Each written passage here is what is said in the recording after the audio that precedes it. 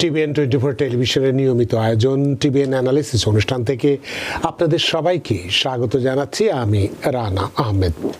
সুপ্রিয় দর্শক, আপনারা এই মুহূর্তে যারা ঘরে টেলিভিশন সেটের সামনে বসে এই অনুষ্ঠানটি দেখছেন কিংবা আরেকটু পরে টেলিভিশন সেটের সামনে বসে আপনাদের এই প্রিয় অনুষ্ঠানটি উপভোগ করবেন, কিংবা এই মুহূর্তে যারা ফেসবুক লাইভে ঢুকেছেন অথবা আরেকটু পরে ফেসবুক লাইভে ঢুকবেন, কিংবা আরও পরে সময় সুযোগ মতো যারা ইউটিউবে অনুষ্ঠানটি দেখবেন তাদেরকেও আগাম স্বাগত জানিয়ে রাখি।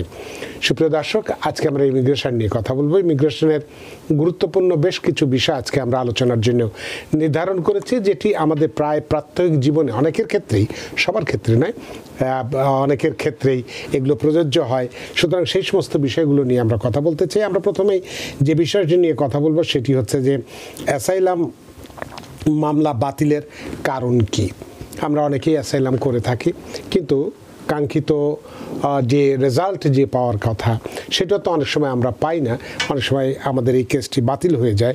সেই বাতিলের কারণটি সেটি আমরা জানবো। আবার অনেকে এরপরে যে বিষয়টি নিয়ে আমরা কথা বলতে চাইবো সেটি হচ্ছে যে আমরা হয়তো অনেকেই কানাডাতে আসলাম, আমাদের আমেরিকার পার্শ্ববর্তী দেশ কানাডা, সেখানে আসলাম কিন্তু ভালো লাগলো না, দেশটি আমাদের ভালো লাগলো না, আমরা এই বর্ডার পার হয়ে আমেরিকায় আসলাম।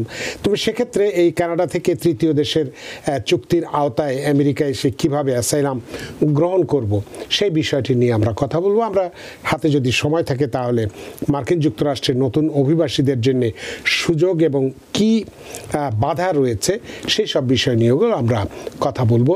সুপ্রিয় দর্শক, এর বাইরে ইমিগ্রেশন সংক্রান্ত আপনাদের নানান প্রশ্ন থাকবে এবং থাকাটাই স্বাভাবিক।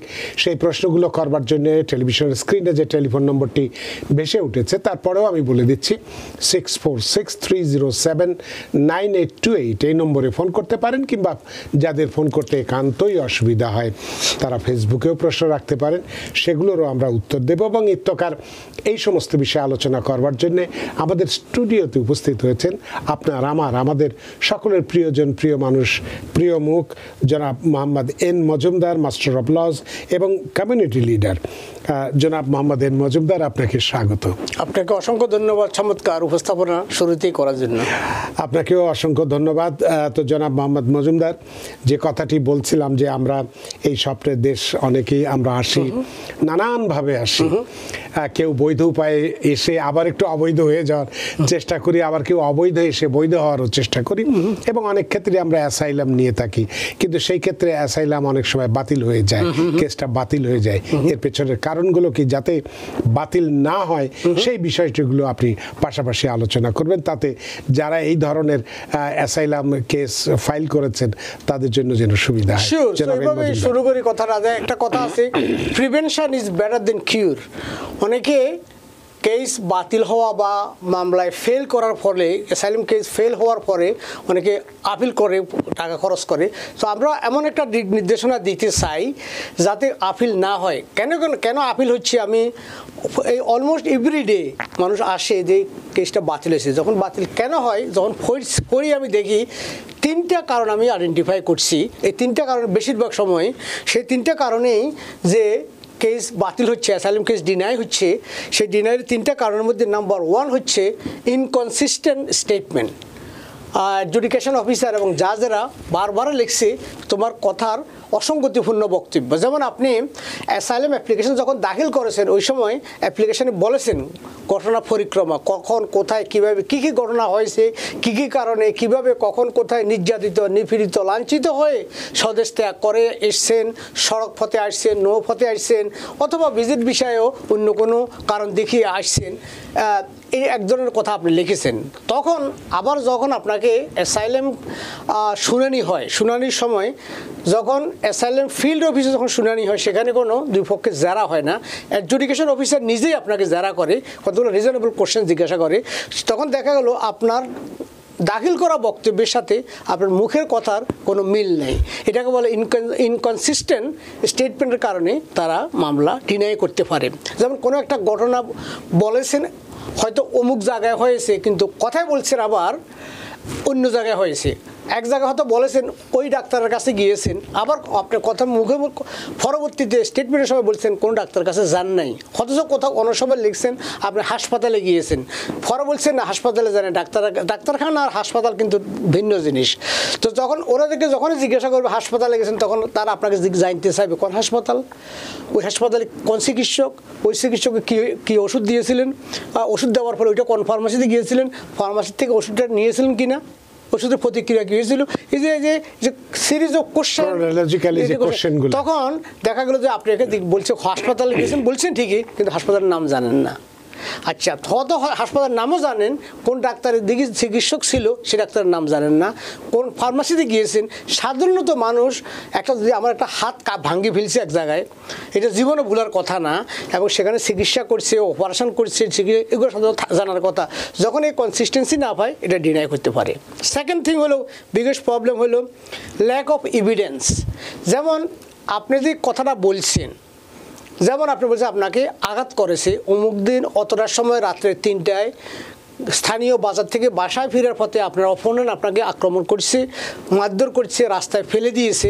ফেলে দেওয়ার পরে কেউ আপনাকে হাসপাতালে নিয়েছে, হাসপাতালে 3 দিন থাকার পরে আপনি মুক্তি পেয়েছেন, এবং হাসপাতাল থেকে এসে আপনি স্বাভাবিক জীবনযাপন করার পরে পরবর্তীকালে আবার আপনার বাই আক্রমণ করছে। এই যে ঘটনাটা হইলো, তখন তারা জানতে চাইবে আপনাকে রাস্তায় মারল, এটা কি প্রমাণ দিতে পারেন, আপনাকে উপরে ছাড়িয়ে দিবে যে আপনি কি প্রমাণ আছে, কীভাবে বিশ্বাস করে যে আপনাকে এখানে রাস্তায় মারছে। তো আপনাকে হয়তো বলতে হবে হ্যাঁ এখানে সাক্ষী ছিল, আর যদি সাক্ষী না থাকে, হ্যাঁ এখান থেকে মারার ফলে আমাকে অমুক ডাক্তারের কাছে গিয়েছিলাম, ওই ডাক্তার ওষুধ দিয়ে সে একটা উইটনেস হতে পারে। কারণ সাধারণত ডাক্তার জিজ্ঞাসা করে ভাই কী হয়েছে তোমার। তো সেখানে ফেডারেল ল অফ এভিডেন্স আছে, যখন তাৎক্ষণিক কোনো বক্তব্য এটা ফেডারেল ল অ্যাকসেপ্ট করে। কারণ মানুষ মিথ্যা বলাদের একটা সময় লাগে বাড়াইতে হলে। হঠাৎ করে বজ্রপাত এসে, হঠাৎ করে কোনো গুলির আঘাত পাইছে, সেটা আমার হঠাৎ করে মুখের থেকে বলে এই যে এই লোকে আমরা মারছি, ওই সময় কথা শিখাই দেয় না। এই লোক আমাকে মৃত্যুর আগে দিয়ে একজন বলে গেছে যে ও মুখে আমাকে গুলি করছিল। সো কতগুলো জিনিস, এই যে এভিডেন্স থাকতে হবে। যদি কোনো রকমের সাক্ষ্য প্রমাণ নাই, কোনো বক্তব্য নাই, কোনো রিজনেবল বিলিভ করার মতো কিছু নাই, সেই সাক্ষ্য প্রমাণ এই জন্য ডিনাই হয়। সেজন্য সবচেয়ে ইম্পর্টেন্ট হলো যা প্রমাণ করতে পারবে না। যেমন অনেক ঘটনায় হয়েছে আপনার, বা দেখা গেল 2টা ঘটনা শুধু প্রমাণ করতে পারবেন, বা একটা ঘটনা প্রমাণ মতো আছে, ওইটাই বলেন। একটা ঘটনার জন্য আপনাকে দিতে পারে। এমন আমাদের প্রমাণ আছে যে কোনো কাগজপত্র নাই, শুধুমাত্র আপনার বক্তব্যের উপর বিশ্বাস করে আপনাকে কোনো উকিলও ছিল না, আপনাকে অ্যাসাইলামকে অ্যাপ্রুভ করছে। কারণ ক্রেডিবল শব্দ হলো বিশ্বাসযোগ্যতা। কারণ আপনি একটা করুণ, হৃদয় বিদারক, মর্মান্তিক একটা ঘটনা তুলে ধরেছেন কারোর সামনে। এই ঘটনাটা এমনভাবে আপনি বিবরণ করেছেন আপনার ডোমিনিয়নের মাধ্যমে, অ্যাসাইলাম অফিসার চোখেও পানি এসছে।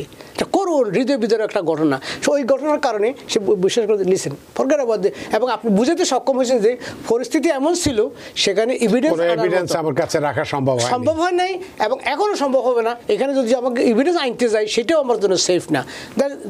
It has to be very in a very, এটাকে বলা হয় convincing, persuasive and convincing way that the officer will believe it. So evidence very important. Evidence শব্দের অর্থ শুধু কাগজ আনতে হবে এরকম না।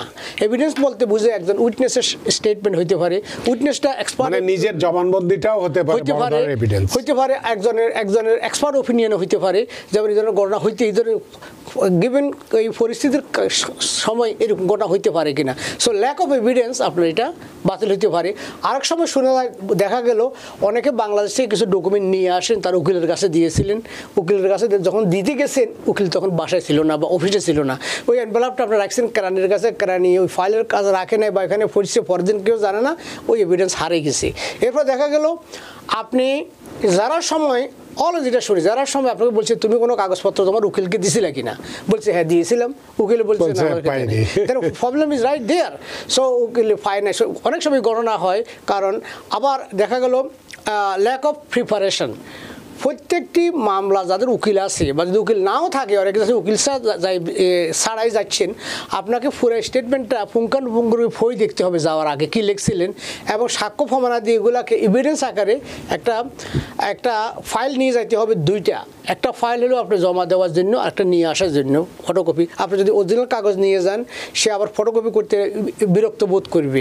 তো এই জন্য ওইটাও একটা নিয়ে যাওয়া ভেরি ইম্পর্টেন্ট। সর্বশেষ হলো রিজনেবল কোশ্চেন।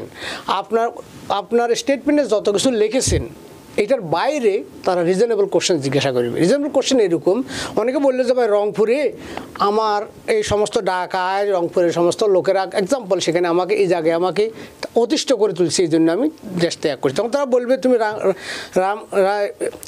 রংপুর ছেড়ে তুমি খাগড়াছড়ি যাও না কেন, বান্দরবন জায়গায় থাকো না কেন, একবার আমেরিকা কেন চলে আসলে আশ্রয় নেওয়ার জন্য? তখন এটা যদি রিজনেবল আনসার না হয়, যেমন আবার বলতে পারে অনেকে বলে যে অনেক মারধর করছি, আমি কোনো হসপিটালে যাই নাই, তো এটার জন্য আপনার রিজনেবল আনসার হইতে হবে। হসপিটালে যান নাই, যেমন এমনও হইতে পারে যে অনেক সময় ঘটনাটা এরকম হয়েছে হাসপাতালে গেলে সেখানে তারা জানবে আমার লোকেশন, সেখানে আবার মারিয়ে ফেলতে পারে। এটা জাস্ট একটা example, there could be so many way তারা কত রিজনেবল কোশ্চেন জিজ্ঞাসা করবে। তখন রিজনেবল কোশ্চেনটা বলা ক্রেডিবিলিটি, এই লোকের বিশ্বাসযোগ্যতা প্রমাণের জন্য দেখা গেল যত এভিডেন্স দিয়েছে সে একটাও বিশ্বাসযোগ্য না, যে সাক্ষ্য দিয়েছে বিশ্বাসযোগ্য না, স্টেটমেন্টও কনসিস্টেন্স না। তবে দেখা গেল হ্যাঁ রিজনেবল কোশ্চেন এসে সে এটা রিজনেবলি জাজকে বুঝাতে সক্ষম হয়েছে যে দিস ইজ সামথিং হ্যাপেন। তখন সেখানে অন্তত দেখা যায় তাকে যদি অ্যাসাইলাম গ্র্যান্ট না করিয়া, গ্রিন কার্ড না দিয়ে, অনেকে শুনবেন আপনি, তাকে রিফিউজি স্ট্যাটাস দিয়ে দিছে। ঠিক আছে, তোমাকে আমি গ্রিন কার্ড দিলাম না, তোমার কিছুটা প্রমাণ করতে পারছো, তুমি এখানে থাকি যাও আজীবন, আর দেশে যাইতে পারবে না। So that's kind of relief. So এই যে এই তিনটি কারণে সাধারণত অ্যাসাইলামকে ডিনাই হয়। There could be many other reason. এটা হলো বেসিক তিনটা কারণ অলওয়েজ মানুষ ফেল করে। Because people sneeze. Because not everyone washes their hands. Because kids touch a lot of things. Set a date to get your COVID shot and RSV if eligible. Because if you're wondering, should I get my COVID shot? Think about other people. Learn more at nj.gov/health/vaccines. এই ব্যাপারে তো আপনি আলোচনা করলেন যে বাতিলের কারণগুলো এখন যেটা আপনি বললেন, তো এই যে বাতিল যদি হয়ে যায়, কোনো কারণে কারোর বাতিল হয়ে গেল, এর পরবর্তীতে তিনি আবার কি করতে পারেন? শিওর। সো যদি অ্যাসাইলাম অফিসে সাধারণত কেস বাতিল হয় না, অ্যাসাইলাম অফিসে আপনার ইন্টারভিউ শুনানির পর অ্যাসাইলাম অফিসে রিজেক্ট হয় এরকম, যেমন যদি আপনি বেশি ত্রুটিপূর্ণ কাগজপত্র দিয়ে থাকেন, যেমন কতগুলো বক্স আছে, রং বক্সে ক্লিক করলেন, এক জায়গায় বলছেন যে আপনি নির্যাতিত লাঞ্ছিত হইয়া স্বদেশে ফিরে যাওয়া সেফ না, আরেক জায়গায় বলছেন যে স্বদেশে যাইতে আপনার কোনো আপত্তি নেই, কিন্তু ইনকনসিস্টেন্স লেখার কারণে এটা আউটরাইট রিজেক্ট, পুরো প্যাকেজটা ফেরত দেয়, এটাকে বলে রিজেকশন। আর পুরাপুরি শুনানির পরে যখন বাতিল হয় সেটা ডিনায়াল হয়, রিজেক্টেড না। আচ্ছা, যখন ডিনায়াল হয় কোর্ট থেকে, ইমিগ্রেশন কোর্ট থেকে, তখন BIA board of immigration appeal করতে পারেন। বোর্ড অফ ইমিগ্রেশন আপিল যদি ডিনাই করে সেখানে সার্কিট কোর্ট যাইতে হয়। ফেডারেল কোর্টটা সারা আমেরিকায় বিভিন্ন সার্কিট কোর্ট আছে, এবং আমাদের এই এলাকা হলো সেকেন্ড সার্কিটে আবার আপিল করা যায়। সেকেন্ড সার্কিটে ডিনাই হলে সুপ্রিম কোর্টে যাইতে পারেন, বাট অত পর্যন্ত, এবং সেকেন্ড সার্কিট পর্যন্ত অনেকে যায় না। বোর্ড অফ ইমিগ্রেশন আপিলে যদি ডিনাই হয়, ওইসব কেসের কোনো তেমন কিছু থাকে না, এবং লোকেরও ওই পরিমাণ অ্যাবিলিটি নেই এতটুকু কেস লিটিগেট করার জন্য। সো এটা হলো বেসিক প্রসিডিওর। তাহলে এক্ষেত্রে আপনি একটি কথা বলেছিলেন যে ইমিগ্রেশন কোর্টের কথা বলছিলেন, তাহলে সেক্ষেত্রে যদি ইমিগ্রেশন কোর্টে যদি অ্যাসাইলাম আবেদন করা যায় কি না? হয়, ডাইরেক্টলি ইমিগ্রেশন কোর্টে যাওয়া যায় না? যাওয়া যায়। এটা কখন? সেটা দুই রকম, আপনি অলরেডি শুনছেন, মানে দুইটা অ্যাসাইলাম দুই রকম আছে। একটা হলো অ্যাফার্মেটিভ, একটা ডিফেন্সিভ। অ্যাফার্মেটিভ হলো যারা ভিজিট বিষয়ে আসে, স্টুডেন্ট বিষয়ে আসে, বা অন্য কোনো বিষয়ে আসার পরে এখান থেকে অ্যাসাইলাম অফিসে যে অ্যাপ্লিকেশন করে অ্যাসাইলামের জন্য, সেটাকে বলা হয় অ্যাফার্মেটিভ অ্যাসাইলাম, সম্পন্ন হয়। আর যারা বর্ডার ক্রস করে আসছেন, সেখানে আপনাকে ডিটেনশনে রাখা হয়েছিল, ডিটেনশন থেকে মুক্তি দিয়েছে এবং কোর্টে যাইতে বলছে with NTA, notice to appear. You must go NTA অর্থ হচ্ছে you must go to the court and show cause that why you will not be deported from this country. ওইটাকে বলা হয় ডাইরেক্টলি কোর্ট থেকে কেস শুরু হয়। ওইটার কথা আপনি মিন করছেন, ডাইরেক্ট কোর্টে যাওয়া যায়। এইভাবে আপনি যাচ্ছেন না, আপনাকে যাইতে বাধ্য করা হয়েছে, এটাকে বলতে এখন আপনি ডিফেন্স করতে হবে। সো এটা করে ডিফেন্সিভ অ্যাসাইলাম। অনেক ধন্যবাদ জনাব মোহাম্মদ এন মজুমদার বিষয় বিষয়টি বিস্তারিতভাবে ব্যাখ্যা করার জন্য। সুপ্রিয় দর্শক, নিশ্চয়ই বুঝতে পেরেছেন যে আমরা যেহেতু অনেকেই অ্যাসাইলাম কেস করে থাকি দেশে থাকবার জন্যে, যেহেতু আমার নিজ দেশে আমার জীবনের নিরাপত্তা নেই, জীবন হুমকির সম্মুখীন, সুতরাং আবার এখানে এসেও যদি আমার এই কেসটি যদি ডিনায়াল হয়ে যায় তাহলে কি কারণে হয় সেগুলো আমরা বলেছি, এবং যদি কখনো হয়ে যায় তাহলে সেটা কিভাবে আপিল করা যেতে পারে। যদি কারো এই ধরনের অবস্থা সৃষ্টি হয়ে থাকে তারা নিশ্চয়ই আজকের এইটুকুন আলোচনার মধ্যে দিয়ে কিছুটা হলো আলোর দিশা পেয়েছেন। তো আপনাকে ধন্যবাদ জনাব মোহাম্মদ এন মজুমদার। আমরা দ্বিতীয় বিষয়টি আলোচনা করব, তবে একজন দর্শক আমাদের টেলিফোনে অপেক্ষা করছেন। তার আগে একটু 30 সেকেন্ডে লোকমান হোসেন আমাদের ফেসবুকে বলেছেন যে F4 ভিসার কোনো আপডেট আছে কিনা। F4 নো আপডেট নাই, বাট আপডেট এতটুকু ভিসা প্রসেসিং গতি স্থূল থেকে কিছুটা গতি পেয়েছে, কিছুটা গতি পেয়েছে এতটুকু বলবো।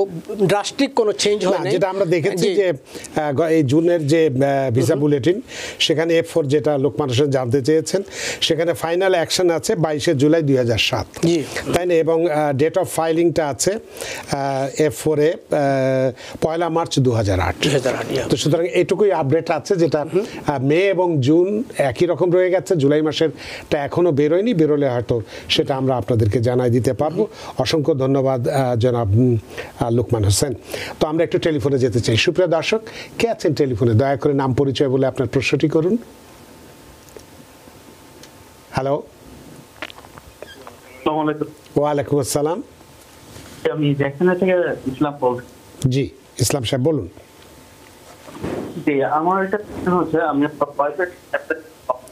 আপনার কথা আমরা শুনতে পাচ্ছি না, আপনি একটু দয়া করে মোবাইলটা মুখের সামনে নিয়ে কানে যদি হেডফোন থাকে সেটি খুলে ফেলুন, এবং টেলিভিশনের সাউন্ডটা যদি বাড়ানো থাকে সেটি কমিয়ে দিন, তাহলে আমরা আপনার প্রশ্নটি ভালো বুঝতে পারবো। জি, আমি আমার ওয়াইফের জন্য অ্যাপ্লাই করি, অলমোস্ট 25 মান্থস হয়ে গেছে। আমি গ্রিন কার্ড হোল্ডার, এখনো অ্যাপ্রুভাল লেটার আমি পাইনি। আমার কি কিছু করতে হবে বা আর কেমন টাইম লাগতে পারে? অনেক ধন্যবাদ জনাব ইসলাম আপনার প্রশ্নের জন্য।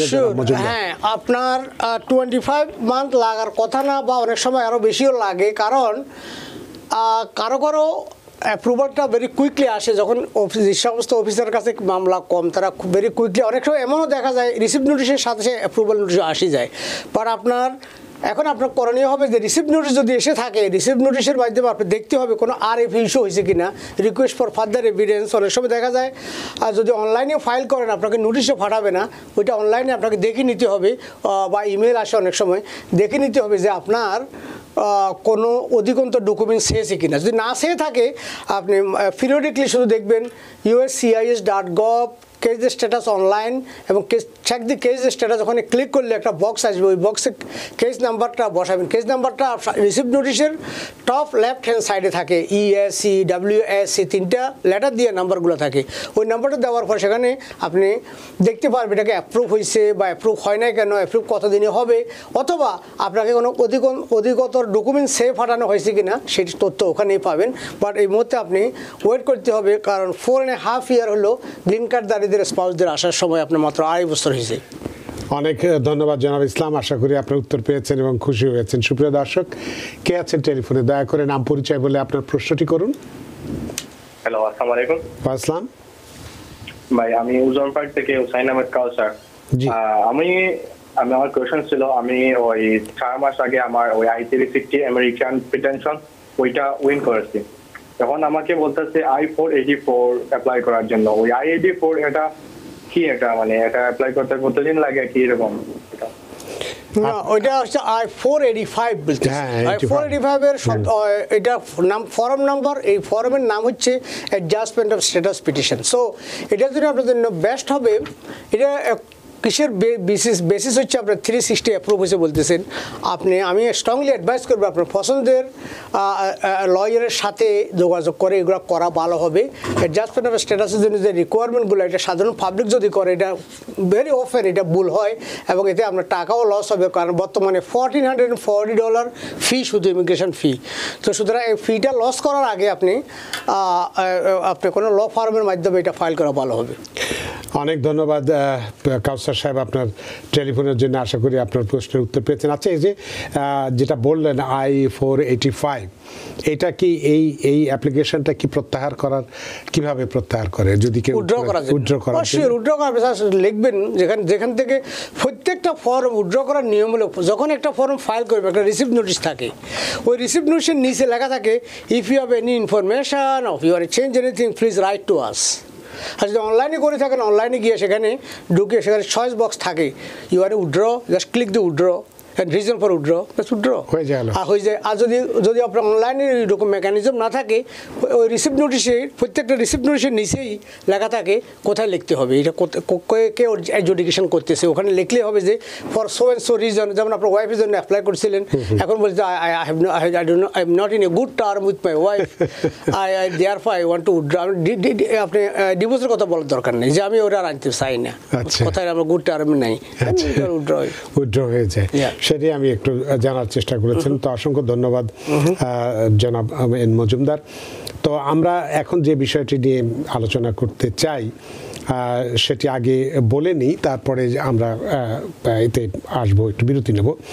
সেটা হচ্ছে যে আমরা অনেকেই আমেরিকা আসার আগে অনেকেই মনে করে থাকি কানাডায় যাওয়াটা বোধহয় সহজ, তো কানাডায় আসি, তো সেটা হয়তো বৈধ উপায়ে আসি বা অবৈধ উপায়ে আসি, যে কোনোভাবে আসি। 2 মাস 3 মাস 6 মাস পরে আর ভালো লাগলো না আমার কানাডা, আমার তখন মনে হলো যে পাশেই তো আমেরিকা, আমি আমেরিকায় চলে আসবো। তো এই আমেরিকায় আসার চেষ্টা করলো বা আসলো, যেভাবেই হোক আসলো। তাহলে সেক্ষেত্রে যে এই কানাডা থেকে যে তৃতীয় দেশ বা থার্ড কান্ট্রির যে চুক্তির আওতায় যদি আমেরিকায় আসা হয়, তাহলে কিভাবে অ্যাসাইলাম তা সে গ্রহণ করতে পারবে, এই প্রশ্নটি আপনার কাছে থাকবে বা এই বিষয়টি নিয়ে আমরা কথা বলবো, তবে একটা বিরতির পরে। সুপ্রিয় দর্শক, নিচ্ছে একটি ছোট্ট বিরতি, সে পর্যন্ত আমাদের সাথেই থাকুন। Because people sneeze. Because not everyone washes their hands. Because kids touch a lot of things. Set a date to get your COVID shot and RSV if eligible. Because if you're wondering, should I get my COVID shot? Think about other people. Learn more at nj.gov/health/vaccines. সুপ্রিয় দর্শক, বিরতির পর ফিরে এলাম আপনাদের প্রিয় অনুষ্ঠান TVN অ্যানালিসিসে। আজকের অতিথি জনাব Mohammad N Majumder, master of laws এবং কমিউনিটি লিডার, এবং আপনাদের সাথে রয়েছি আমি রানা আহমেদ। জনাব এন মজুমদার, বিরতির আগে একটি প্রশ্ন আপনার কাছে রেখেছিলাম, তবে আপনাকে আবারও একটু থামিয়ে দিতে চাই, কারণ দুটো প্রশ্ন আমাদের ফেসবুকে আছে এবং আমার কাছে একটু ভালো প্রশ্ন মনে হয়েছে। সেখানে আমি বলি যে জেনিভ হাসান তিনি বলছেন যে অ্যাসাইলাম ডিনাই হবার পর, যেহেতু আজকের আমাদের সাবজেক্টটাও এটাই ছিল, অ্যাসাইলাম ডিনাই হবার পর যদি কেউ ইউএস সিটিজেনকে বিয়ে করে, তাহলে কি তার গ্রিন কার্ড পাওয়ার সম্ভাবনা আছে? This is a very good question. এটা আমি তাকেও ধন্যবাদ জানাই, ওনাকে, হাসান সাহেবকে। অ্যাসাইলাম ডিনাই হওয়ার পরে বিয়ে করতে পারবেন কিনা এটা ডিপেন্ড করে ডিনাই কোথায় হয়েছে। একটা ডিনাইটা যদি অফিসে হয়ে থাকে, এটা এক রকমের প্রসিডিওর, আর কোর্ট থেকে যদি রায় হয়ে যায় সেটা আরেক রকমের প্রসিডিওর। বা ইন বোথ কেসেস এটা প্রথমে বলি এটা পসিবল, বাট দেখতে হবে যিনি অ্যাসাইলাম ফাইল করেছিলেন উনি কি ডিফেন্সিভ ফাইল করেছিলেন নাকি অ্যাফার্মেটিভ ফাইল করেছিলেন, অর্থাৎ উনি কি ভিজিট বিষয়ে এখানে আসছিলেন বা কোনো বিষয় নিয়ে আসছিলেন, লিগেলি আসছেন, নাকি সড়ক পথে বা বর্ডার ক্রস করে আসছে। যারা বর্ডার ক্রস করে আসছেন তারা আউটরাইট এখানে অ্যাডজাস্টমেন্ট অফ স্ট্যাটাস পসিবল না, তারা ভিন্ন প্রক্রিয়া। বা যারা ভিজিট বিষয় বা কোনো বিষয় নিয়ে আসছিলেন, ইয়েস, তারা অ্যাসাইলাম যে কোনো সময় উইথড্র করিয়া অ্যাডজাস্টমেন্ট অফ স্ট্যাটাস ফাইলের মাধ্যমে গ্রিন কার্ড পেতে পারেন। আর যদি রায় হয়ে যায়, রায়টা যদি ফিল্ড অফিসে হয়ে থাকে, সাধারণত ফিল্ড অফিস কাউকে ডিনাই করে না, তারা কেসটা রেফার করে কোর্টে চলাকালীন যদি হয় সেটা আপনাকে ভিন্ন প্রক্রিয়া, আপনাকে লক বক্সে ফাইল করতে হবে এবং জাজের পারমিশন লাগবে। ওই পারমিশন নিয়ে করা যাবে, গভর্নমেন্ট অ্যাটর্নি কনসেন্ট দিতে হয় এবং গভর্নমেন্ট অ্যাটর্নি কনসেন্টও দিবে, কারণ যেহেতু আপনার ইমিডিয়েট রিলিফ অ্যাভেলেবল আছে, ইউএস সিটিজেনকে আপনি বিয়ে করছে, সুতরাং ওইটার ভিন্ন প্রক্রিয়া। Be careful. মেনি পিপল আমরা জানি যারা অ্যাসাইলাম চলতেছে বা কোর্টে কেস আছে, এই ইন দি সাইডে গিয়া বিয়ের সাথে করে কাগজপত্র আরেক জায়গায় মেল করে দিয়েছে, বিয়ের কেসও মেল করেছেন, ওইটা কিন্তু totally wasting your time and money. কারণ ওইটা আপনি তখন এরা ফি রিসিভ করবে, ফি কিন্তু ইমিগ্রেশন লেখা থাকে ফি ইজ নট রিফান্ডেবল। যখন ফিও চলে যায় আবার এই কেসের আপনার কোনো প্রতিকার পান না। সো প্রসিডিওর মানতে হবে যারা অ্যাসাইলাম থাকাকালীন অন্য প্রক্রিয়া যাচ্ছেন, যে প্রক্রিয়ায় যান, কারণ এখানে অনেকগুলা কথা ওপেন এয়ারে বলাও যায় না, বলা ঠিকও না, আনএথিক্যাল। আপনার জন্য বেস্ট অ্যাডভাইস হবে আপনার পছন্দের উকিলের মাধ্যমে যারা adjustment of status, asylum, intake সম্পর্কে সিরিয়াস নলেজ আছে বা তারা প্র্যাকটিস করে, ওখানে করেন। এতে করে আপনার জন্য অনেক ভালো হবে এবং আপনি পাবেন। আবার যারা ডিফেন্সিভ অ্যাসাইলামে যারা আসছেন, এখানে একটুখানি বলি, তারা যদিও এখানে অ্যাডজাস্টমেন্ট করতে পারবেন না, তারা প্রক্রিয়া হলো তারা I-130 ফাইল করবেন, বিয়ের পরে ফ্যামিলি পিটিশন ফাইল করার পর এটা ইজিলি অ্যাপ্রুভ হয়ে যাবে এক বছরের মধ্যে। তো ভিসা ফি দিবেন, ভিসা ফি দেওয়ার পরে আপনি 601A অ্যাপ্রুভ হইতে হবে, অর্থাৎ আপনার illegal presence, illegal entry web করিয়া তখন আবার দেশ এটা অ্যাপ্রুভ হইলে দেশে গিয়া দেশ থেকে আপনি আবার ফিরে আসবেন, বিকজ আপনি আবার ওই যে লিগাল হইয়া ঢুকতে হবে, যে আপনার দেশের আইন কানুন প্রক্রিয়া মেনে ঢুকে। এই প্রেসিডেন্ট ওবামা 601A চালু করেছেন।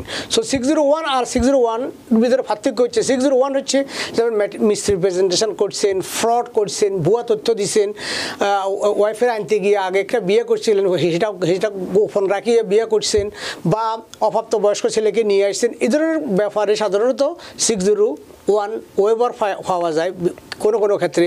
বাট 601A হচ্ছে এটা illegal entry illegal presence weber করার জন্য, সেটা আর একটা। সুতরাং অনেক সময় দেখা যায় এগুলো আপনি শুনছেন, আমি টেলিভিশনে বলছি, ইন্টারনেটে কিছু দেখছেন, দ্যাটস নট এনাফ। আমি অলওয়েজ বলি লোকেরে, দেখেন ইন্টারনেটে আছে সার্জারি প্রসিডিওর, সার্জারি তো লোক কীভাবে করে, বাট এটা অর্থ এই নয় যে আপনি এখন যাইয়া সার্জারি শুরু করে দিলেন সার্জন ছাড়া। সো ইন্টারনেটে অনেক তথ্য থাকে, টেলিভিশনে আমরা অনেক তথ্য দিয়ে থাকি, আমরা কেবিএড দিয়ে থাকি, ডিসক্লেমার দিয়ে থাকি।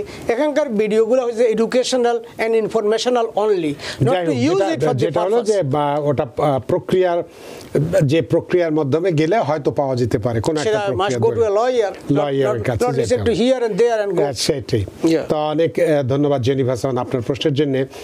আজহারউদ্দিন আহমেদ, তিনি জ্যাকসন হাইটস থেকে লিখেছেন, সালাম দিয়েছেন, ওয়ালাইকুম আসসালাম, এবং তিনি আমাদের নিয়মিত প্রোগ্রাম দেখে থাকেন, এর জন্য ধন্যবাদ।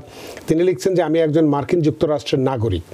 আমি আমার স্ত্রীর জন্য গত বছর জানুয়ারি 7, 2023 I-130 USCIS আবেদন করি। আমার স্ত্রীর USCIS অ্যাপ্রুভ করে ন্যাশনাল ভিসা সেন্টারে পাঠিয়ে দিয়েছে। আমার সব ডকুমেন্টস আমার স্ত্রী এবং সাবমিট করা হয়ে গেছে। তো আপনাদের কি কোনো ধারণা আছে ঢাকার মার্কিন দূতাবাস কবে আমার স্ত্রীকে ইন্টারভিউয়ের জন্য ডাকতে পারে? Very good question. সো আপনি বলছেন যেমন USCIS অ্যাপ্রুভ করছে, অ্যাপ্রুভ করার পরে NVC ন্যাশনাল ভিসা সেন্টারে আপনি ফাইন্যান্সিয়াল ডকুমেন্ট জমা দিয়েছেন, সিভিল ডকুমেন্ট জমা দিয়েছেন, ফি জমা দিয়েছেন। এখন দেখতে হবে জমা দিয়েছেন, ফাটিয়েছেন, আপলোড করছে, এটা অ্যাপ্রুভ হয়েছে কিনা ডকুমেন্টগুলো। অ্যাপ্রুভ যখন হবে তখন তারা বলবে ডকুমেন্টারিলি কোয়ালিফাইড। ডকুমেন্টারিলি যখন কোয়ালিফাইড হবে ইট মিনস আপনি লাইনে আছেন, এখন ঢাকা থেকে ডাকলেই আপনি যাইতে পারবেন। সুতরাং এখন একটা কোশ্চেন রিমেইন স্টিল, আপনি সব কথা বলার পরে একটা কথা বলা হয় নাই, যেটা হচ্ছে ডকুমেন্ট আপনি সাবমিট করছেন বা তারা অ্যাপ্রুভ করছে কিনা, সেটা আপনি কেস নাম্বার এবং ইনভয়েস নাম্বার দিয়ে ঢুকে আপনি দেখতে পারবেন সেখানে কোনো আউটস্ট্যান্ডিং মেসেজ আছে কিনা। ওই পোর্টালের উপরে ডাইন দিকে লেখা থাকে মেসেজেস, তো ওই মেসেজে ক্লিক দিলে বলে দিবে তোমার এই ডকুমেন্ট দিছিল, এটা আমরা রিজেক্ট করছি। ডকুমেন্টটা রিজেক্ট করার বিভিন্ন কারণ থাকে, অনেক সময় এগুলা ওই যে সাইজ বেশ কম হয়ে থাকে, অনেক সময় নট লিজিবল এনাফ, অনেক সময় ঝাপসা আসে, কারণ ভালো স্ক্যানার থেকে না করা হলে। সুতরাং আপনার জন্য উপদেশ হবে আপনি NBC ওয়েবসাইটে অথবা CEC ওয়েবসাইটে পোর্টালে গিয়ে দেখেন যে এখানে কোনো আউটস্ট্যান্ডিং ইমেল আছে, মেসেজ আছে কিনা, যে কোনো ডিফেক্টিভ ফাইলিং আছে কিনা। যদি না হয়ে থাকে যদি মানে কোনো কিছু ওয়ান্টিং আছে কিনা এটা দেখতে হবে। অনেক ধন্যবাদ আজহারউদ্দিন আহমেদ, আশা করি আপনার প্রশ্ন উত্তর পেয়েছেন এবং যেভাবে পরামর্শ দেওয়া হলো যদি সেভাবে কাজ করেন তাহলে নিশ্চয়ই আপনার এই যে দুশ্চিন্তার মধ্যে আছেন সেটি অন্তত দূর করতে পারবেন। আর একটি প্রশ্ন শুধু বলবো, সুমি আক্তার তিনি লিখেছেন, যদিও প্রশ্নটি এই ধরনের প্রশ্ন জবাব দেওয়া কঠিন, তারপরেও আপনি যখন লিখেছেন যে how many days after came approve asylum for green card or after receiving I-485? আপনার যখন গ্র্যান্ট হয় 1 বছরের মাথায় আপনাকে ফাইল করতে হবে অ্যাডজাস্টমেন্ট অফ স্ট্যাটাস। তখন 1 বছরের মাথায় যদি ফাইল করেন মোর লেস একটু আগে যে বললো ধরেন 14 to 15 মান্থ লাগবে। বাট এই যে কথাগুলো আমরা এখানে আমি বললাম, দেখা গেলো আমি বলছিলাম 15 মান্থ, আপনার ফাইল হলো ডিফেক্টিভ, ওইটা 3 বছর শেষ হবে, কারণ সমস্ত ডকুমেন্ট দেন না, ডকুমেন্টটা রং আছে, তারা কিছু বলবে না। প্রথমে ফাইল করার পরে তারা আপনার ফি নিয়ে বলবে ঠিক আছে thank you receive your file. আবার 6 মাস পর বলছে listen we find 2 document is missing, ওইটা আপনার ফাইল এটা ঠিকমতো ডকুমেন্ট যেটা চাইছে কিন্তু ওইটা দেন না, দিয়েছেন আরেকটা কিছু, অথবা অতিরিক্ত কিছু ডকুমেন্ট দিয়ে দিয়েছেন ভালো হওয়ার জন্য। দেন তখন তারা যখন ওইটা আরএফি বলা হয়, আরএফি যখন আপনি এফেক্টিভলি রেসপন্স না করেন দে ডু দ্য ডিনায়াল যখনই হয় then you have to do the appeal take forever. সুতরাং filing effectively, filing is not a big deal, anybody can file very quickly, but you have to look in very carefully, all boxes are marked properly, ইয়েসের জায়গায় no হয়ে গেল, no জায়গায় maybe yes হয়ে গেছে, অথবা একটা box click করা বাকি রয়েছে, একটা বক্স বাকি রয়েছে, then machine will read that is finished is not. তার মানে যেটা আমরা বলতে পারি যে সব কিছু যদি ঠিক থাকে, কোনো রকম সমস্যা যদি না থাকে, তাহলে 15 মাসের মধ্যে হয়ে যাওয়ার কথা। এটাই আপনার প্রশ্নের উত্তর সুমি আক্তার। আশা করি আপনার প্রশ্নের উত্তর পেয়েছেন। আমরা একটু মূল আলোচনা যেতে চাই, কারণ এটিও খুব গুরুত্বপূর্ণ আলোচনা। যে প্রশ্নটি আপনার কাছে আমরা করেছিলাম যে কানাডা থেকে এখানে যদি আসতে চায় বা কেউ এসে অ্যাসাইলাম করতে চায় ত্রিদেশীয় চুক্তির আওতায়, সেটার সম্পর্কে যদি আপনি একটু বিস্তারিত কথা বলেন। Very very important. যারা আপনি সূচনাতেই বলেছেন বাংলাদেশ থেকে, বিশেষ করে আমরা বাংলাদেশে যদি আমাদের বেশি শ্রোতা বাঙালিদের কথাই বলি, প্রচুর বাঙালি কানাডায় আসছেন ভিজিট বিষয়, বিভিন্ন স্টুডেন্ট বিষয়, অনেক লোকে আসতেছেন। আসার পরে এদের একটি অংশ ওখানে অ্যাসাইলামও ফাইল করছেন, কিছু বেনিফিটও পাচ্ছেন, এরপরে এখানে ভালো লাগে না এদিকে আসছেন, প্রচুর লোক আসতেছেন। সো বর্তমানে বাফালো ডিটেনশন সেন্টারে আমাদের, আমি এক্স্যাক্ট নাম্বার বলবো না, আমরা প্রচুর কল পাইতেছি যে আমাদের লোক ডিটেনশনে আছে, লোকেরা বাইরে আসতেছে। বাইরে হওয়ার সময় আপনাদেরকে একটা মেমো দিবে, সেখানে দেখবে save third country agreement cases worksheet. তো সেখানে পুরো জিনিস আমি পড়বো না, আপনাদের নাম থাকে এবং শেষে দিয়ে লেখা থাকে, এখানে একটা হাইলাইটেড করিয়া লেখা থাকে। লেখাটা হলো এরকম যে একটা ওয়ার্নিং দেওয়া হয় যে তুমি যদি যুক্তরাষ্ট্রে অ্যাসাইলাম ফাইল করতে পারবা, কারণ যুক্তরাষ্ট্রের সাথে কানাডার এরকম চুক্তি আছে থার্ড কান্ট্রি, বাট তোমাকে এখন 2টা শুনানির সম্মুখীন হতে হবে। একটা শুনানি হলো তোমার মেরিট, যে কেস ফাইল করবে এটা অন মেরিট, আরেকটা শুনানি তোমাকে সরকারকে স্যাটিসফাই করতে হবে এখানে যে তুমি কানাডা কেন ফাইল করলে না অ্যাসাইলাম, বা কানাডা কেন থাকলে না, কানাডা তো ইকুয়ালি একটা ডেভেলপ কান্ট্রি এখানকার মতো, সেখান থেকে না সারে তুমি এখানে কেন আসলা, ওইটা যদি সদুত্তর থ্রেশহোল্ড, ওইটা যদি সদুত্তর আপনি দিতে না পারেন, তাহলে আপনার অ্যাসাইলামটা এখানে আর শুনানি হবে না। তো এইটাই বলা হয়েছে, বাট কেস আপনার নেবে। সো দেয়ারফোর আপনাকে সেখানে আবার বলা হয়েছে স্ট্যান্ডার্ড অফ প্রুফ হলে preponderance of evidence. Federal law of এভিডেন্সে ফ্রি ফন্ডারেন্স অফ এভিডেন্স হলো সিভিল ইন স্ট্যান্ডার্ড। সিভিল যেমন এটা এভাবে বলি, যেমন কোনো একটা ঘটনা আপনি প্রমাণ করার জন্য মোটামুটি 51% যদি প্রমাণ করতে পারেন, তাহলে আপনাকে অ্যাকসেপ্ট করবে। সুতরাং একটা ওইটা অত বেশি হাই বার্ডেন না, বা ইট ইজ এ বার্ডেন।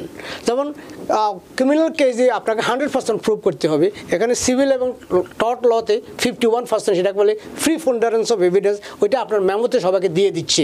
তো সুতরাং এই মামলা করার আগে নিশ্চয় আপনার লয়ার এটা বুঝবে, আপনাকে বলবে। বাট আমরা যেহেতু মিডিয়াতে আসি, আমরা মিডিয়াতে জনগণকে সাধারণ জানান দিতে চাই যে ইউ হ্যাভ এ 2 হ্যাসেল না। 1 হ্যাসেল হলো আপনার আন্ডারলাইং কেস, এবং 2nd হ্যাসেল হচ্ছে আপনি কেন আসলেন সেখানে সদুত্তর দিতে হবে।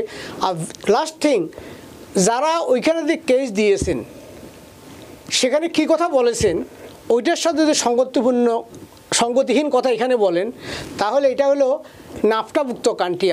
এই নাফটাভুক্ত country Australia, UK, Canada, America, এই যে মেজর কান্ট্রিগুলা, দে শেয়ার দ্য ইনফরমেশন।